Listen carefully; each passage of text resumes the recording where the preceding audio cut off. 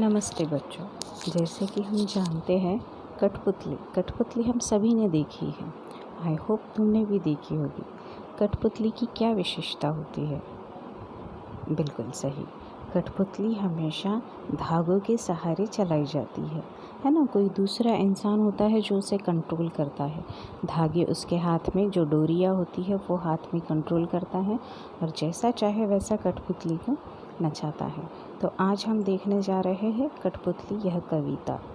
कठपुतली गुस्से से उबली, बोली वे धागे क्यों है मेरे पीछे आगे, इन्हें तोड़ दो, मुझे मेरे पाँव पर छोड़ दो। अब एक्चुअल में क्या कह रही है कि बहुत हो गया अभी दूसरों के इशारों पर नाचना, जो जैसा चाहेगा वैसे इन डोरियों को हिलाएगा और मुझे नचाएगा। अब नहीं चाहिए मुझे ऐसा परतंत्रता वाला जीवन। मैं आज़ाद होना चाहती हूँ, मैं अपनी मर्ज़ी से जीना चाहती, मैं इन बंधनों से मुक्त होना चाहती हूँ।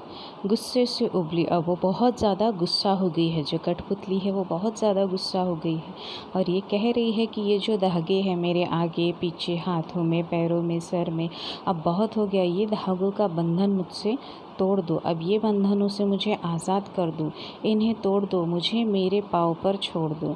अब मुझे अपने आप चलने दो। अब मुझे ये बंधनों का सहारा नहीं चाहिए। मैं आज़ाद जीना चाहती हूँ, मैं अपनी मर्ज़ी से खुलकर जीना चाहती हूँ। सुनकर बोली और कठपुतलियाँ की हाँ, बहुत दिन हुए हम अपने मन के छंद छुए। छंद माने हॉबीज़, छंद माने शौक। अब जब एक कठपुतली ने आवाज़ उठाई अन्याय के खिलाफ, परतंत्रता के खिलाफ, तो जितनी दूसरी भी सारी कठपुतलियाँ थी वो भी ज़ोर ज़ोर से बोलने लगी, हाँ हमें भी आज़ादी चाहिए, हमें भी इन धागों से, हमें भी इन डोरियों से मुक्ति चाहिए। हम नहीं जीना चाहती है अब इस डोरियों के सहारे, इस परतंत्रता के सहारे। कोई दूसरा हमें चलाए, कोई दूसरा हमें चलाए, कोई दूसरा हमें जगाए। अब नहीं चाहिए हमें हमारा वो जीवन।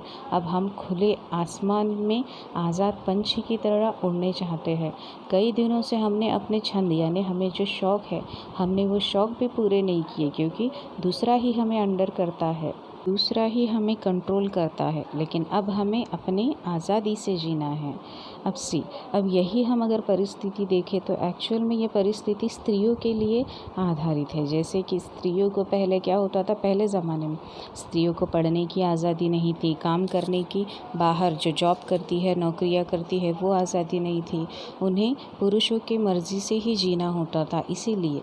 लेकिन उसके बाद जैसे जैसे धीरे धीरे समाज बदलता गया, समाज में नवनिर्माण हुआ, उसके बाद अब स्त्रियां हमें हर क्षेत्र में पुरुष के कंधे से कंधा मिलाकर काम करती हुई नज़र आती है। लेकिन कुछ क्षेत्र ऐसा है आज भी जहां स्त्रियों को इतनी आज़ादी नहीं दी जाती है। वहाँ स्त्रियों को आज भी अपनी मर्ज़ी के हिसाब से ही रखा जाता है। तो इसी तरह ये कठपुतली ने जब इस अन्याय के खिलाफ आवाज़ उठाई तो सारी कठपुतलियाँ उसका साथ बोली। पहले किसी ने तो पहल करना ज़रूरी होता है, फिर उसके पीछे भले ही सारा समाज चल उठता है।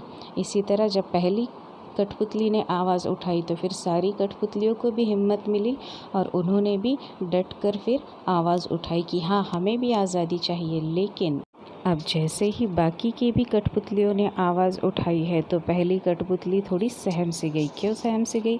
अब उसको ये लग रहा है जो चीज़ मैंने आवाज़ उठाई है, जिस चीज़ के लिए मैंने आवाज़ उठाई है, वह चीज़ अब मेरे पर जिम्मेदारी है।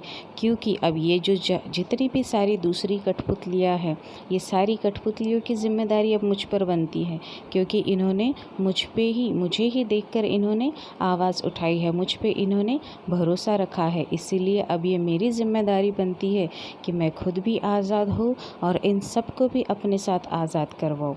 यानी अभी जो आवाज़ मैंने उठाई है इसका कोई गलत परिणाम मुझे या मेरी इन सारी कठपुतलियों को भुगतना न पड़े। इसीलिए वो चिंतित हो गई है, थोड़ी सी सहम सी गई है कि ठीक है, मैंने सबके लिए एक अच्छा कदम उठाया है, अपने लिए भी और सबके लिए भी, लेकिन हो सकता है कि इसका कुछ दुष्परिणाम भी हो। इसीलिए मैंने क्या करना है, बहुत सोच समझ कर अब आगे कदम बढ़ाना है, क्योंकि अब उस पर ये सारी जो कठपुतलियाँ हैं इनकी जिम्मेदारी आन पड़ी है। इसीलिए अब उसको खुद भी इन धागों से, डोरियों से बाहर निकलना है और इन दूसरी जो कठपुतलियाँ हैं उन्हें भी आज़ाद करवाना है।